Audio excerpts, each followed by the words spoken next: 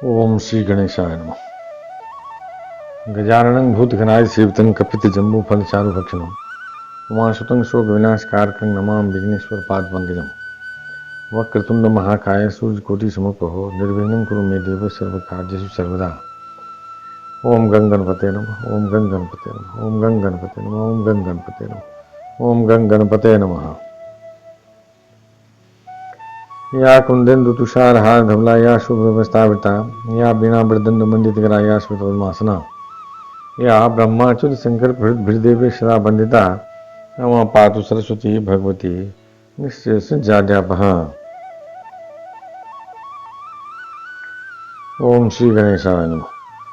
मुखं करोति वाचालं पंगुलं धैते गिरिं यत्कृपातमहं वन्दे परमानंद माधवम्। ओम नमो नारायणाय। ओम नमो भगवते वासुदेवाय।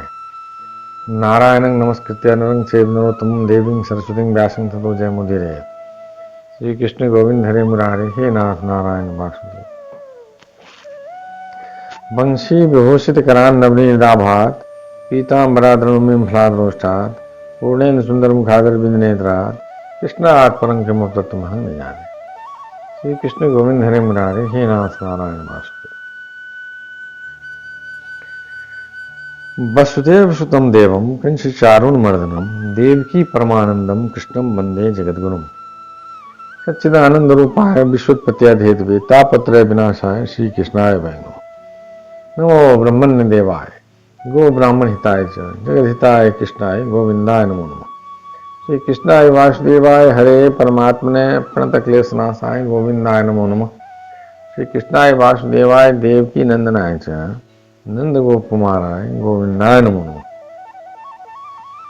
श्री मुरलीधरा मनमोहना हे नंद नंदना नारायण हे कृष्ण करुणा सिंधु दीन बंधु जगतपते गोपेश गोपिका कांत राधा कांत नमस्ते। कस्तूरी तिलकं ललाट पटले बक्षस्थले कौस्तुभम नासाग्रे बरमोक्तकं करतले वेणु करे कंकणम सर्वांगे हरिचंदनं सुललितं कंठे च मुक्तावलिं गोपस्त्री परिवेष्टितो विजयते गोपाल चूड़ामणिम। श्री कृष्ण गोविंद हरे मुरारे, हे नाथ नारायण वासुदेव। ओम श्री गणेशाय नमः। अथ तृतीयोध्याय द्वादश स्कंद का तीसरा अध्याय राज्य युग धर्म और कलयुग के दोषों से बचने का उपाय नाम संकीर्तन। श्री कृष्ण गोविंद हरे मुरारे, हे नाथ नारायण वासुदेव। श्री सुखदेव जी कहते हैं, परीक्षित, जब पृथ्वी देखती है कि राजा लोग मुझ पर विजय प्राप्त करने के लिए उतावले हो रहे हैं, तब वह हंसने लगती है और कहती है, कितने आश्चर्य की बात है कि ये राजा लोग जो स्वयं मौत के खिलौने हैं मुझे जीतना चाहते हैं। राजाओं से यह बात छिपी नहीं है कि वे एक न एक दिन मर जाएंगे, फिर भी वे व्यर्थ में ही मुझे जीतने की कामना करते हैं। सचमुच इस कामना से अंधे होने के कारण ही वे पानी के बुलबुले के समान क्षणभंगुर शरीर पर विश्वास कर बैठते हैं और धोखा खा जाते हैं। श्री कृष्ण गोविंद हरे मुरारे, हे नाथ नारायण वासुदेव। वे सोचते हैं कि हम पहले मन के सहित अपनी पांचों इंद्रियों पर विजय प्राप्त करेंगे, अपने भीतरी शत्रुओं को वश में करेंगे, क्योंकि इनको जीते बिना बाहरी शत्रुओं को जीतना कठिन है। उसके बाद अपने शत्रु के मंत्रियों, अमात्यों, नागरिकों, नेताओं और समस्त सेना को भी बस में कर लेंगे। जो भी हमारे विजय मार्ग में कांटे बोएगा उसे हम अवश्य जीत लेंगे। श्री कृष्ण गोविंद हरे मुरारे, हे नाथ नारायण वासुदेव। इस प्रकार धीरे धीरे क्रम से सारी पृथ्वी हमारे अधीन हो जाएगी और फिर तो समुद्र ही हमारे राज्य की खाई का काम करेगा। इस प्रकार वे अपने मन में अनेकों आशाएं बांध लेते हैं और उन्हें यह बात बिल्कुल नहीं सूझती कि उनके सिर पर काल सवार है।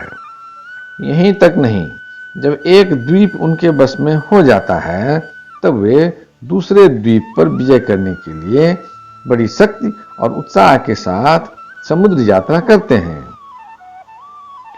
अपने मन को, इंद्रियों को बस में करके लोग मुक्ति प्राप्त करते हैं, परंतु ये लोग उनको बस में करके भी थोड़ा सा भूभाग ही प्राप्त करते हैं। श्री कृष्ण गोविंद हरे मुरारे हे नाथ नारायण वासुदेव। इतने परिश्रम और आत्म संयम का यह कितना तुच्छ फल है।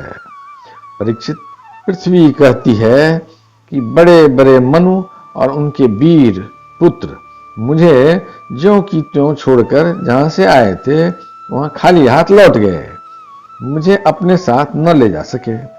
अब ये मूर्ख राजा मुझे युद्ध में जीतकर बस में करना चाहते हैं।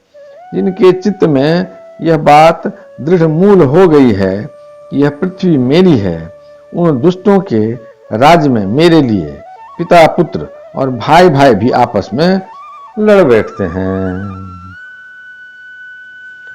श्री कृष्ण गोविंद हरे मुरारे हे नाथ नारायण वासुदेव।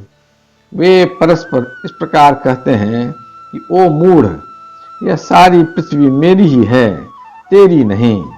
इस प्रकार राजा लोग एक दूसरे को कहते सुनते हैं, एक दूसरे से स्पर्धा करते हैं, मेरे लिए एक दूसरे को मारते हैं और स्वयं मर मिटते हैं।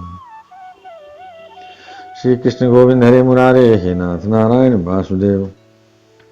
पृथु, पुरुरवा, गाध, नहुस, भरत, सहस्त्रबाहु, अर्जुन, मानधाता, सगर, राम, खट्वांग, धुंधुमार, रघु, तृणबिंदु, ययाति, सरयाति, संतनु, गय, भगीरथ, कुबलयाक्ष, कुकुत्स्थ, नल, नृग, हिरण्यकशिप, वृत्रासुर, लोकद्रोही रावण, नमुच, शंबर, भौमासुर, हिरण्याक्ष और तारकासुर तथा और बहुत से दैत्य एवं शक्तिशाली नरपति हो गए।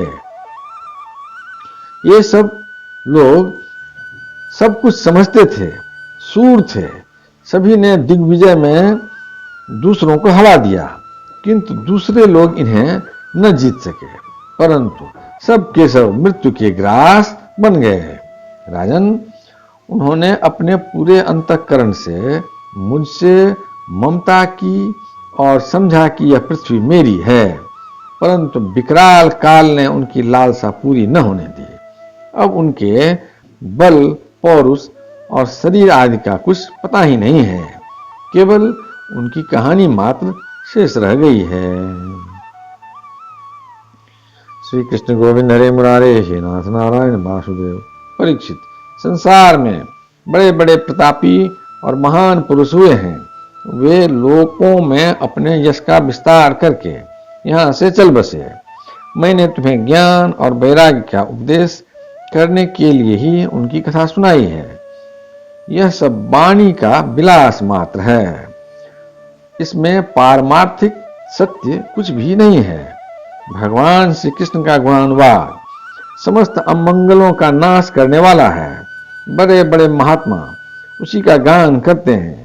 जो भगवान श्री कृष्ण के चरणों में अनन्य प्रेममयी भक्त की लालसा रखता हो, उसे नित्य निरंतर भगवान के दिव्य गुणानुवाद का ही श्रवण करते रहना चाहिए। श्री कृष्ण गोविंद हरे मुरारे हे नाथ नारायण वासुदेव। राजा परीक्षित ने पूछा, भगवान, मुझे तो कलियुग में राशि राशि दोष ही दिखाई दे रहे हैं। उस समय लोग किस उपाय से उन दोषों का नाश करेंगे? इसके अतिरिक्त युगों का स्वरूप, उनके धर्म, कल्प की स्थिति और प्रलय काल के मान एवं सर्वव्यापक सर्वशक्तिमान भगवान के काल रूप का भी यथावत वर्णन कीजिए। श्री कृष्ण गोविंद हरे मुरारे हे नाथ नारायण वासुदेव। श्री सुखदेव जी कहते हैं, परीक्षित, सत्ययुग में धर्म के 4 चरण होते हैं। वे चरण हैं सत्य, दया, तप और दान। उस समय के लोग पूरी निष्ठा के साथ अपने अपने धर्म का पालन करते हैं। धर्म स्वयं भगवान का स्वरूप है। सतयुग के लोग बड़े संतोषी और दयालु होते हैं। वे सबसे मित्रता का व्यवहार करते और शांत रहते हैं। इंद्रियां और मन उनके बस में रहते हैं और सुख दुख आदि द्वंद्वों को वे समान भाव से सहन करते हैं। अधिकांश लोग तो समदर्शी और आत्माराम होते हैं और बाकी लोग स्वरूप स्थिति के लिए अभ्यास में तत्पर रहते हैं। श्री कृष्ण गोविंद हरे मुरारे, हे नाथ नारायण बाल। परीक्षित, धर्म के समान अधर्म के भी 4 चरण हैं: असत्य, हिंसा, असंतोष और कलह। त्रेता युग में इनके प्रभाव से धीरे धीरे धर्म के सत्य आदि चरणों का चतुर्थांश क्षीण हो जाता है। राजन, उस समय वर्णों में ब्राह्मणों की प्रधानता अक्षुण्ण रहती है। लोगों में अत्यंत हिंसा और लंपटता का अभाव रहता है। सभी लोग कर्मकांड और तपस्या में निष्ठा रखते हैं और अर्थ, धर्म एवं काम रूप त्रिवर्ग का सेवन करते हैं। अधिकांश लोग कर्म प्रतिपादक वेदों के पारदर्शी विद्वान होते हैं। द्वापर युग में हिंसा, असंतोष, झूठ और द्वेष, अधर्म के इन चरणों की वृद्धि हो जाती है एवं इनके कारण धर्म के 4 चरण तपस्या, सत्य, दया और दान आधे आधे क्षीण हो जाते हैं। श्री कृष्ण गोविंद हरे मुरारे, हे नाथ नारायण वासुदेव। उस समय के लोग बड़े यशस्वी, कर्मकांडी और वेदों के अध्ययन अध्यापन में बड़े तत्पर होते हैं। लोगों के कुटुंब बड़े बड़े होते हैं। प्रायः लोग धनाढ्य एवं सुखी होते हैं। उस समय वर्णों में क्षत्रिय और ब्राह्मण 2 वर्णों की प्रधानता रहती है। कलयुग में तो अधर्म के 4 चरण अत्यंत बढ़ जाते हैं। उनके कारण धर्म के 4 चरण क्षीण होने लगते हैं और उनका चतुर्थांश ही बच रहता है। अंत में तो उस चतुर्थांश का भी लोप हो जाता है। कलयुग में लोग लोभी, दुराचारी और कठोर हृदय होते हैं।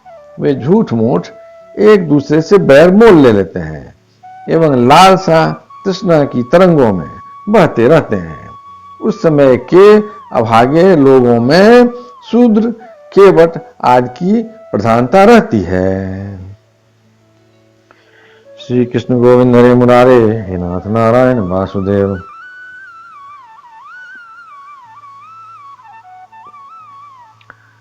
सभी प्राणियों में 3 गुण होते हैं: सत्व, रज और तम।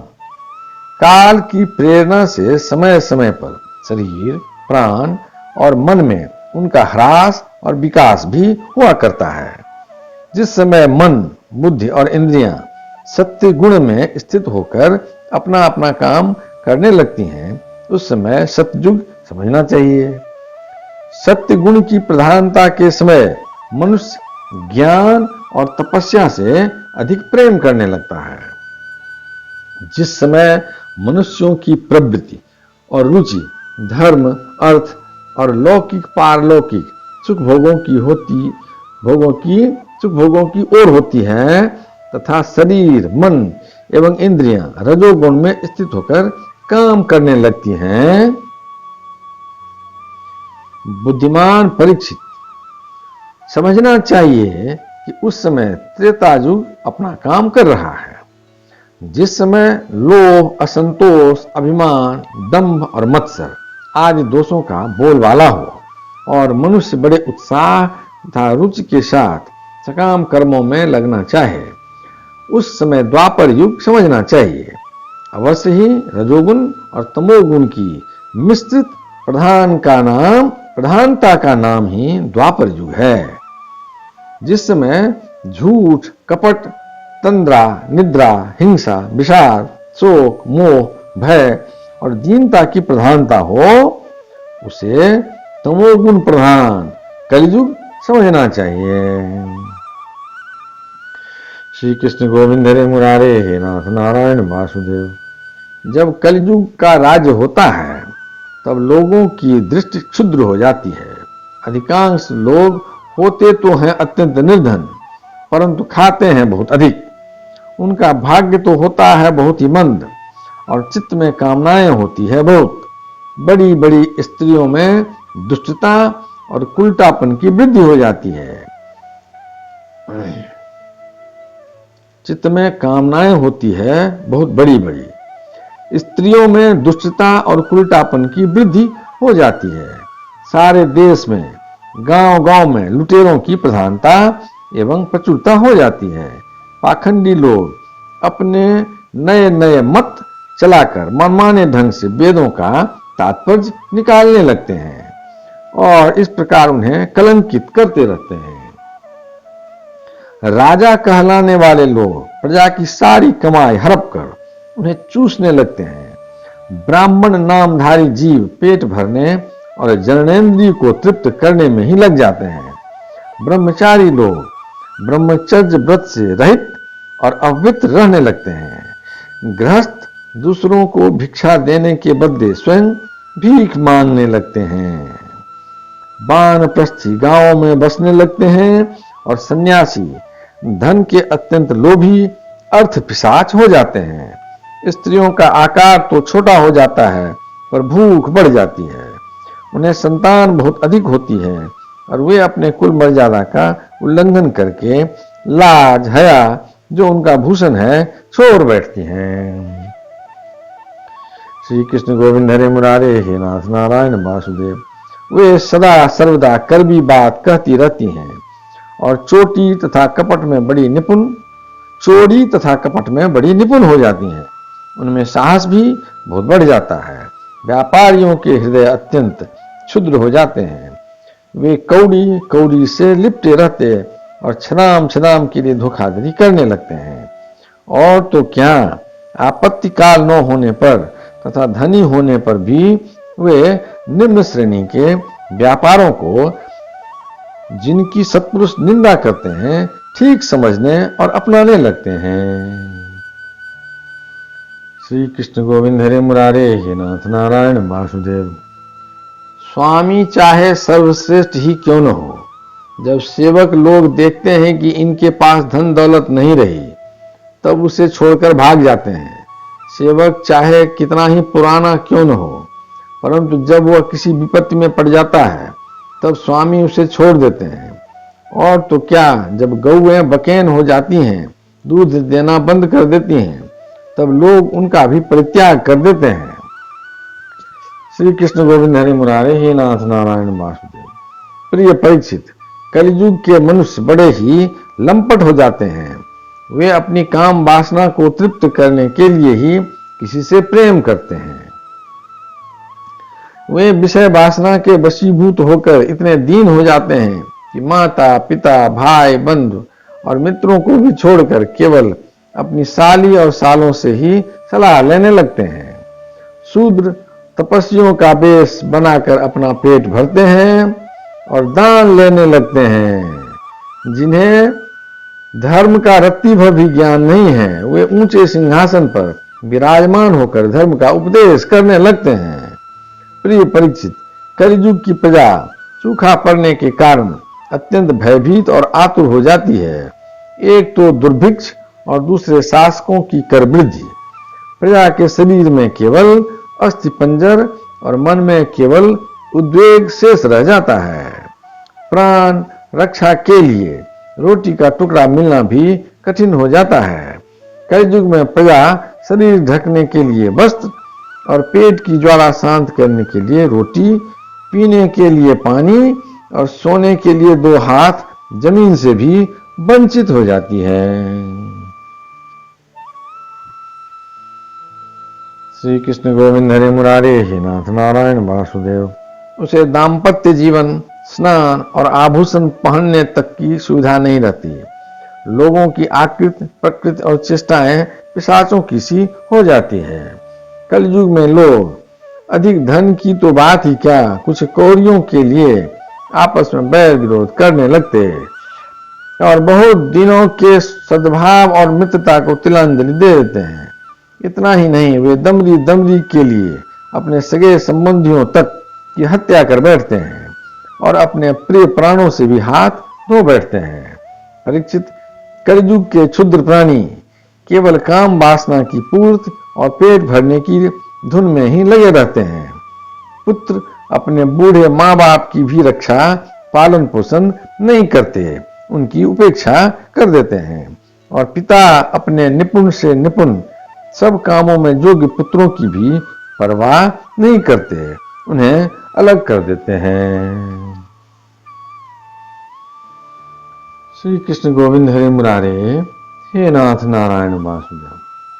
परीक्षित, श्री भगवान ही चराचर जगत के परम पिता और परम गुरु हैं। इंद्र, ब्रह्मा आदि त्रिलोकाधिपति उनके चरण कमलों में अपना सिर झुकाकर सर्वस्व समर्पण करते रहते हैं। उनका ऐश्वर्य अनंत है और वे एक रस अपने स्वरूप में स्थित हैं। परंतु कलयुग में लोगों की इतनी मूढ़ता फैल जाती है, पाखंडियों के कारण लोगों का चित्त इतना भटक जाता है कि प्राय लोग अपने कर्म और भावनाओं के द्वारा भगवान की पूजा से भी विमुख हो जाते हैं। मनुष्य मरने के समय आतुरता की स्थिति में अथवा गिरते या फिसलते समय विवश होकर भी यदि भगवान के किसी एक नाम का उच्चारण कर ले तो उसके सारे कर्म बंधन छिन्न भिन्न हो जाते हैं और उससे उत्तम से उत्तम गति प्राप्त होती है। परंतु हाय रे कलयुग, कलयुग से प्रभावित होकर लोग उन भगवान की आराधना से भी विमुख हो जाते हैं। श्री कृष्ण गोविंद हरे मुरारे, हे नाथ नारायण वासुदेव। परीक्षित, कलयुग के अनेकों दोष हैं। कुल वस्तुएं दूषित हो जाती हैं, स्थानों में भी दोष की प्रधानता हो जाती है। सब दोषों का मूल स्रोत तो अंतःकरण है ही, परंतु जब पुरुषोत्तम भगवान हृदय में आप विराजते हैं तब उनकी सन्निधि मात्र से ही सब के सब दोष नष्ट हो जाते हैं। भगवान के रूप, गुण, लीला, धाम और नाम के श्रवण, संकीर्तन, ध्यान, पूजन और आदर से वे मनुष्य के हृदय में आकर विराजमान हो जाते हैं और एक दो जन्म के पापों की तो बात ही क्या, हजारों जन्मों के पापों के ढेर भी क्षण भर में भस्म कर देते हैं। श्री कृष्ण गोविंद हरे मुरारे, हे नाथ नारायण वासुदेव। जैसे सोने के साथ संयुक्त होकर अग्नि उसके धातु संबंधी मलिनता आदि दोषों को नष्ट कर देती है, वैसे ही साधकों के हृदय में स्थित होकर भगवान विष्णु उनके अशुभ संस्कारों को सदा के लिए मिटा देते हैं। परीक्षित, विद्या, तपस्या, प्राणायाम, समस्त प्राणियों के प्रति मित्र भाव, तीर्थ स्नान, व्रत, दान और जप आदि किसी भी साधन से मनुष्य के अंतःकरण की वैसी वास्तविक शुद्धि नहीं होती है जैसी शुद्धि भगवान पुरुषोत्तम के हृदय में विराजमान हो जाने पर होती है। श्री कृष्ण गोविंद हरे मुरारे, हे नाथ नारायण वासुदेव। परीक्षित, अब तुम्हारी मृत्यु का समय निकट आ गया है। अब सावधान हो जाओ, पूरी शक्ति से और अंतःकरण की सारी वृत्तियों से भगवान श्री कृष्ण को अपने हृदय सिंहासन पर बैठा लो। ऐसा करने से अवश्य तुम्हें परम गति की प्राप्त होगी। श्री कृष्ण गोविंद हरे मुरारे, हे नाथ नारायण वासुदेव। जो लोग मृत्यु के निकट पहुंच रहे हैं उन्हें सब प्रकार से परम ऐश्वर्यशाली भगवान का ही ध्यान करना चाहिए। प्यारे परीक्षित, सबके परम आश्रय और सर्वात्मा भगवान अपना ध्यान करने वाले को अपने स्वरूप में लीन कर लेते हैं, उसे अपना स्वरूप बना लेते हैं। परीक्षित, यों तो कलयुग दोषों का खजाना है, परंतु इसमें एक बहुत बड़ा गुण है। वह गुण यही है कि कलयुग में केवल भगवान श्री कृष्ण का संकीर्तन करने मात्र से ही सारी आसक्तियां छूट जाती हैं और परमात्मा की प्राप्ति हो जाती है। सत्ययुग में भगवान का ध्यान करने से, त्रेता में बड़े बड़े यज्ञों के द्वारा उनकी आराधना करने से और द्वापर में विधि पूर्वक उनकी पूजा सेवा से जो फल मिलता है वह कलयुग में केवल भगवान नाम का कीर्तन करने से ही प्राप्त हो जाता है। श्री कृष्ण गोविंद हरे मुरारे हे नाथ नारायण वासुदेव। यदक्षर पदं भ्रष्टं मात्राहीनं च भवेत् तत्सर्वं क्षमतां देव प्रसीद परमेश्वर। हे कृष्ण करुणा सिंधु दीनबन्धो जगत्पते गोपेश गोपिका कांत राधा कांत नमोस्तुते। कायेन वाचा मनसेन्द्रियं वा बुद्ध्यात्मना वा प्रकृति स्वभावा करोमि यज्ञ सकलं परस्मै नारायणायति समर्पयामि।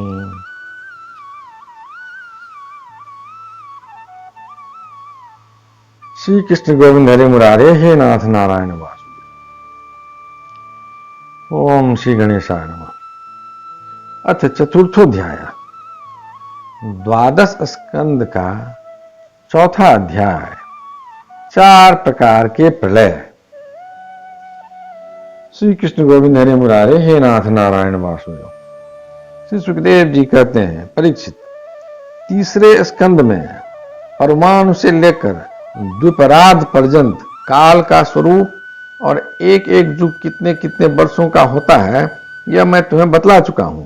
अब तुम कल्प की स्थिति और उसके प्रलय का वर्णन भी सुनो। श्री कृष्ण गोविंद हरे मुरारे हे नाथ नारायण वासुदेव। राजन, 1000 चतुर्युगी का ब्रह्मा का एक दिन होता है। ब्रह्मा के इन दिन को ही कल्प भी कहते हैं। एक कल्प में 14 मनु होते हैं। कल्प के अंत में उतने ही समय तक प्रलय भी रहता है। प्रलय को ही ब्रह्मा की रात भी कहते हैं। उस समय तीनों लोक लीन हो जाते हैं, उनका प्रलय हो जाता है। इसका नाम नैमित्तिक प्रलय है।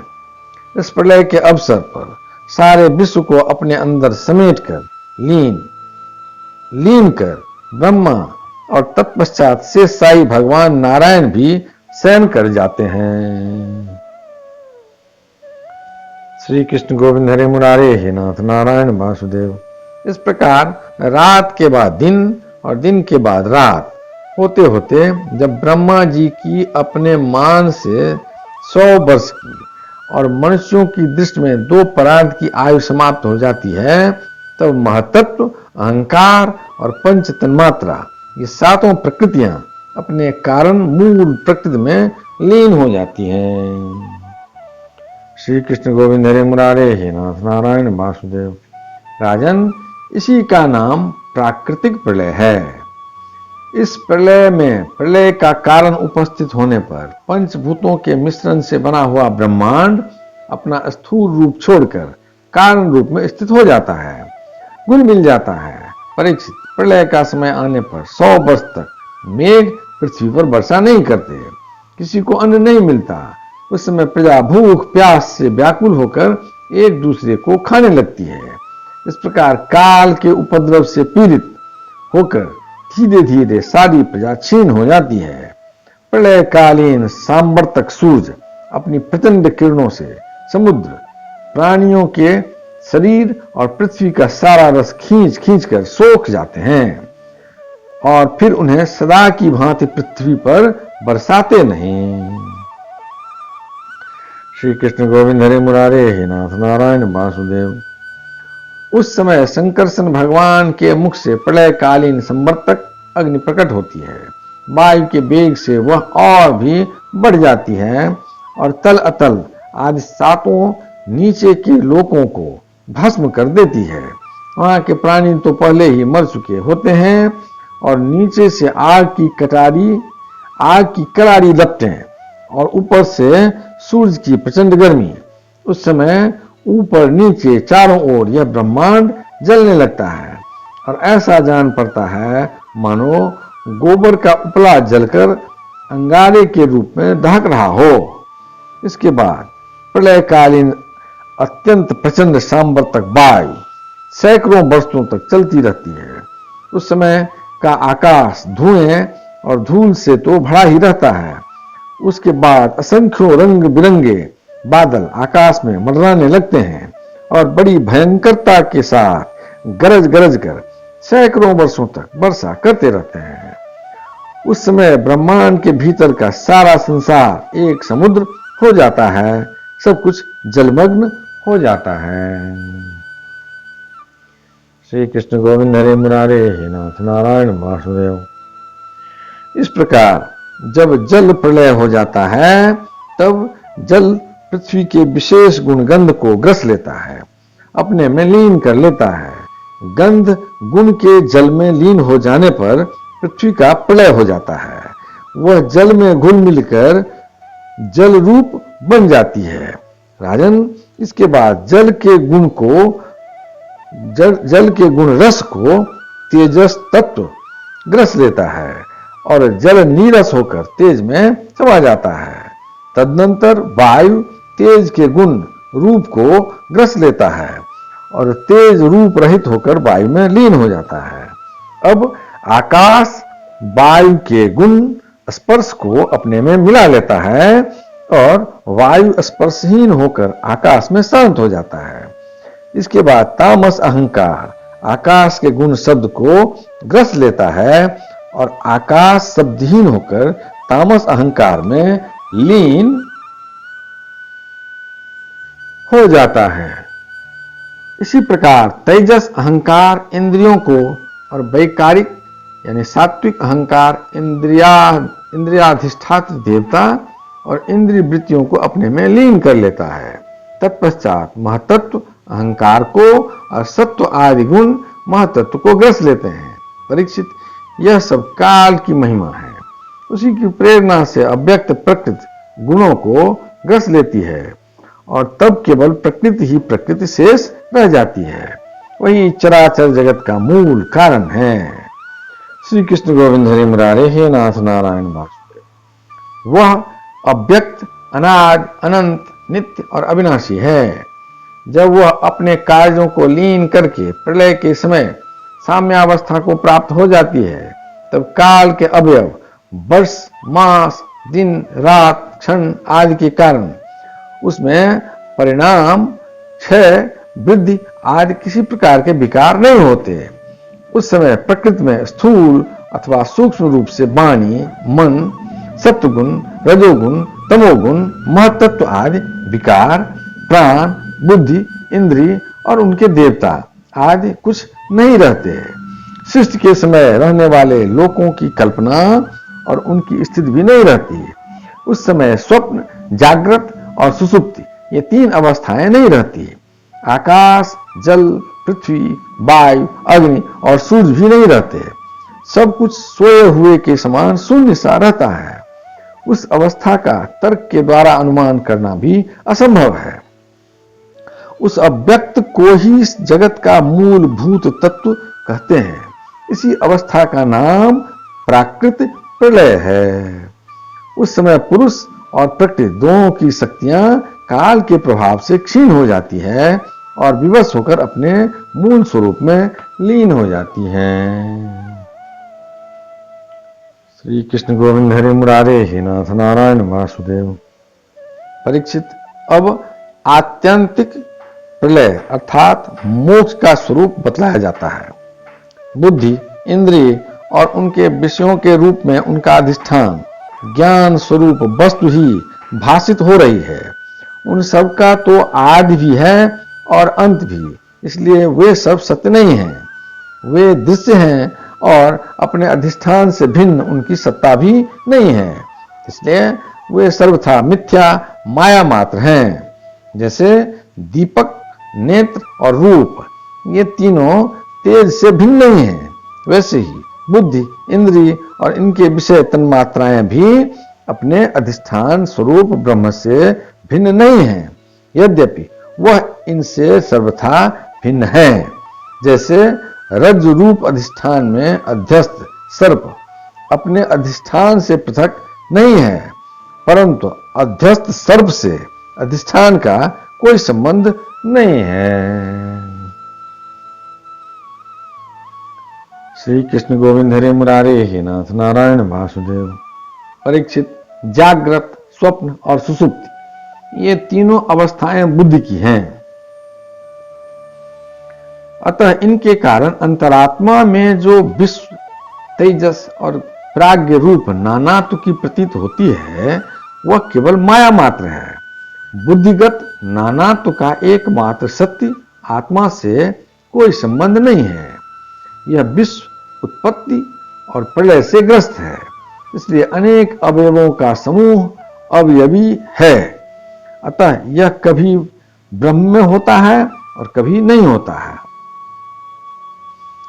ठीक वैसे ही जैसे आकाश में मेघमाला कभी होती है और कभी नहीं होती। परीक्षित, जगत के व्यवहार में जितने भी अवयवी पदार्थ होते हैं, उनके न होने पर भी उनके भिन्न भिन्न अवयव सत्य माने जाते हैं, क्योंकि वे उनके कारण हैं। श्री कृष्ण गोविंद हरे मुरारे, हे नाथ नारायण वासुदेव। जैसे वस्त्र रूप अवयवी के न होने पर भी उसके कारण रूप सूत का अस्तित्व माना ही जाता है, उसी प्रकार कार्य रूप जगत के अभाव में भी इस जगत के कारण रूप अवयव की स्थिति हो सकती है। परंतु ब्रह्म में यह कार्य कारण भाव भी वास्तविक नहीं है, क्योंकि देखो, कारण तो सामान्य वस्तु है और कार्य विशेष वस्तु। इस प्रकार जो भेद दिखाई देता है वह केवल भ्रम ही है। इसका हेतु यह है कि सामान्य और विशेष भाव आपेक्षिक हैं, अन्योन्याश्रित हैं। विशेष के बिना सामान्य और सामान्य के बिना विशेष की स्थिति नहीं हो सकती। कार्य और कारण भाव का आदि और अंत दोनों ही मिलते हैं, इसलिए भी वह स्वाप्निक भेद भाव के समान सर्वथा अवस्तु है। इसमें संदेह नहीं कि यह प्रपंच रूप विकार स्वाप्निक विकार के समान ही प्रतीत हो रहा है, तो भी यह अपने अधिष्ठान ब्रह्म स्वरूप आत्मा से भिन्न नहीं है। कोई चाहे भी तो आत्मा से भिन्न रूप में अनुमात्र भी इसका निरूपण नहीं कर सकता। यदि आत्मा से पृथक इसकी सत्ता मानी भी जाए तो यह भी चिद्रूप आत्मा के समान स्वयं प्रकाश होगा, और ऐसी स्थिति में वह आत्मा की भांति ही एक रूप सिद्ध होगा। परंतु इतना तो सर्वथा निश्चित है कि परमार्थ सत्य वस्तु में नाना तो नहीं है। यदि कोई अज्ञानी परमार्थ सत्य वस्तु में नाना तो स्वीकार करता है तो उसका वह मानना वैसा ही है जैसे महाकाश और घटाकाश का आकाश स्थित सूर्य और जल में प्रतिबिंबित सूर्य का तथा बाह्य वायु और आंतर वायु का भेद मानना। श्री कृष्ण गोविंद हरे मुरारे, हे नाथ नारायण वासुदेव। जैसे व्यवहार में मनुष्य एक ही सोने को अनेकों रूपों में गढ़ गलाकर तैयार कर लेते हैं और वह कंगन, कुंडल, कड़ा आदि अनेकों रूपों में मिलता है, इसी प्रकार व्यवहार में निपुण विद्वान लौकिक और वैदिक वाणी के द्वारा इंद्रियातीत आत्मस्वरूप भगवान का भी अनेकों रूपों में वर्णन करते हैं। देखो न, बादल सूर्य से उत्पन्न होता है और सूर्य से ही प्रकाशित, फिर भी वह सूर्य के ही अंश नेत्रों के लिए सूर्य का दर्शन होने में बाधक बन बैठता है। इसी प्रकार अहंकार भी ब्रह्म से ही उत्पन्न होता है, ब्रह्म से ही प्रकाशित होता और ब्रह्म के अंश जीव के लिए ब्रह्म स्वरूप के साक्षात्कार से बाधक बन बैठता है। जब सूर्य से प्रकट होने वाला बादल तितर बितर हो जाता है तब नेत्र अपने स्वरूप सूर्य का दर्शन करने में समर्थ होते हैं। श्री कृष्ण गोविंद हरे मुरारे, हे नाथ नारायण वासुदेव।